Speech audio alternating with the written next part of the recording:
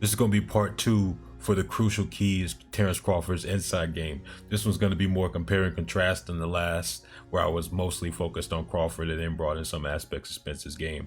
Here we're going to bring in more clips from Spence, and we're going to compare the Porter fight, because the Porter fight kind of gives an example of the priority of goals being different for Spence and Crawford when it comes to inside fighting. So when I say priority of goals, I mean, what do they put first? Terence Crawford puts first avoidance and neutralization. So he would rather avoid the inside fight or neutralize it if it comes to that distance. And then secondly, if he can't do that, then he's going to start throwing punches and trying to do damage. Spence, on the other hand, as long as he's in a good position, is going to put damage first. He's going to try and throw punches on the inside and put in work. But if he's in a bad position, then he'll try and avoid the inside fight or neutralize it. And so when we look at the Porter fight with Spence, it's obviously for reasons, stylistic reasons, Spence is clinching and wrapping up a lot less than Terence Crawford was versus Porter, because Spence had some advantages, he had some techniques, and he had some work that he could put in on the inside, while Crawford was more focused on putting his work from the outside. So whenever that distance came into play, Crawford would not want to fight in that distance for the most part, where Spence would. What you'll see is that Spence would wrap up and clinch when his back was against the ropes, mostly.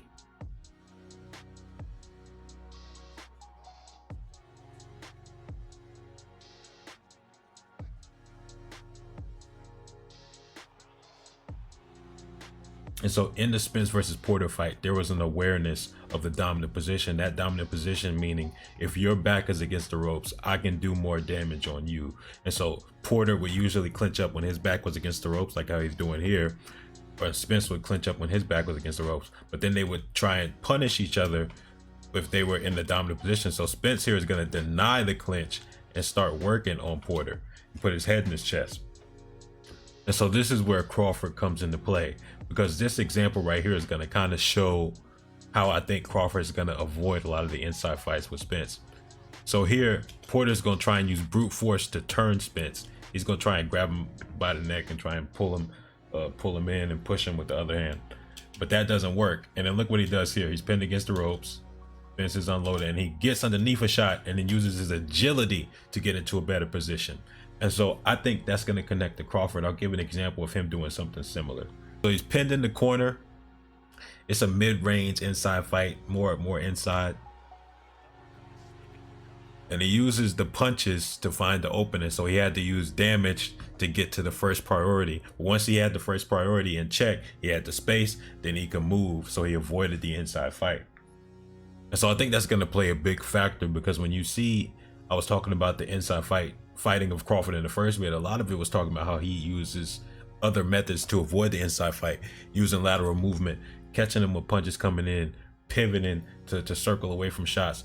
And so I think he's going to have the agility advantage and the foot speed and the technique as far as footwork goes to get out of the way of Spence trying to start an inside fight a lot of times. And I think that's going to be a key for him, is using his agility. But one problem he's going to have to watch out for is the way he exit exchanges. And so here, when he's leaving that range, when he's trying to exit, he's trying to avoid the inside fight. Sometimes his guard will be in a bad position. Sometimes his chin will be up in the air. Sometimes he's not necessarily as attentive with his defenses. So he has to be tight with his defense, and he has to be aware whenever he's exiting that inside fight, because there's some shots that's available. And then here, Crawford's going to be backing up to make space, because his best punches are mostly in mid-range and on the outside. So he's going to try and make it more of a mid-range fight. But as he's doing that, again, he's going to leave openings. So when he's making space, trying to avoid the inside fight, at times he can leave openings in his guard. And then another thing about his guard, the final thing, is that sometimes it leaves openings. It's like that left overhand from Porter there. And so there's some openings for shots to slip through.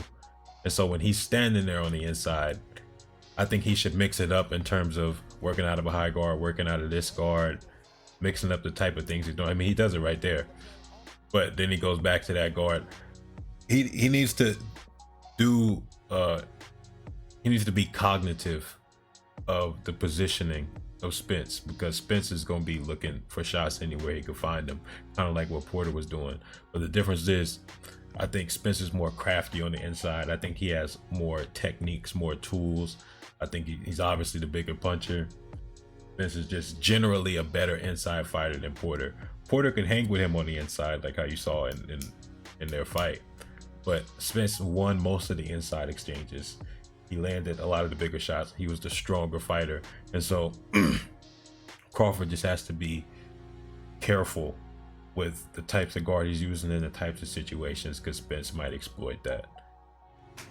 One important thing to think about is that on one hand, Crawford is going to have more success avoiding and neutralizing the inside fight than most of Spence's opponents because of his elite grappling skills on the inside. Not just because he's a wrestler, but because of some of the boxing techniques he uses, like the frames and things like that, working behind his shoulder and whatever.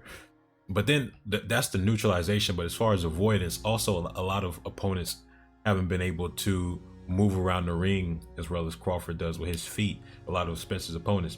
So Crawford is better in that sense than a lot of Spence's opponents. But on the other hand, Spence is going to be way more dangerous and crafty on the inside and strong on the inside than almost all, if not all, of Crawford's opponents. Maybe you could argue one opponent here or there might be stronger than Spence, but none of them are bringing the combined arsenal that Spence has as far as physical size, as far as strength, as far as techniques, as far as arsenal of punches, right? So they're both going to be facing something very new, in my opinion. Spence is going to be facing a new type of movement and counterpunching that he has to watch out for when he's trying to work his way on the inside. And Crawford has to watch out for some new techniques and new ways of bullying you and working on the inside that he's never really had to deal with on an elite level before. Immortality Serum out. Wait, before I go, Spence outside vid, that Crucial Keys, that one's going to be longer. That Crucial Keys is dropping either the same day or the day after, so look out for that. Immortality Serum out. How can I die if I'm immortal? Monster in my eyes, I'm immoral. I ain't got no time to be cordial. Ripping up shit, I'm making big decisions. I'm feeling fly and important.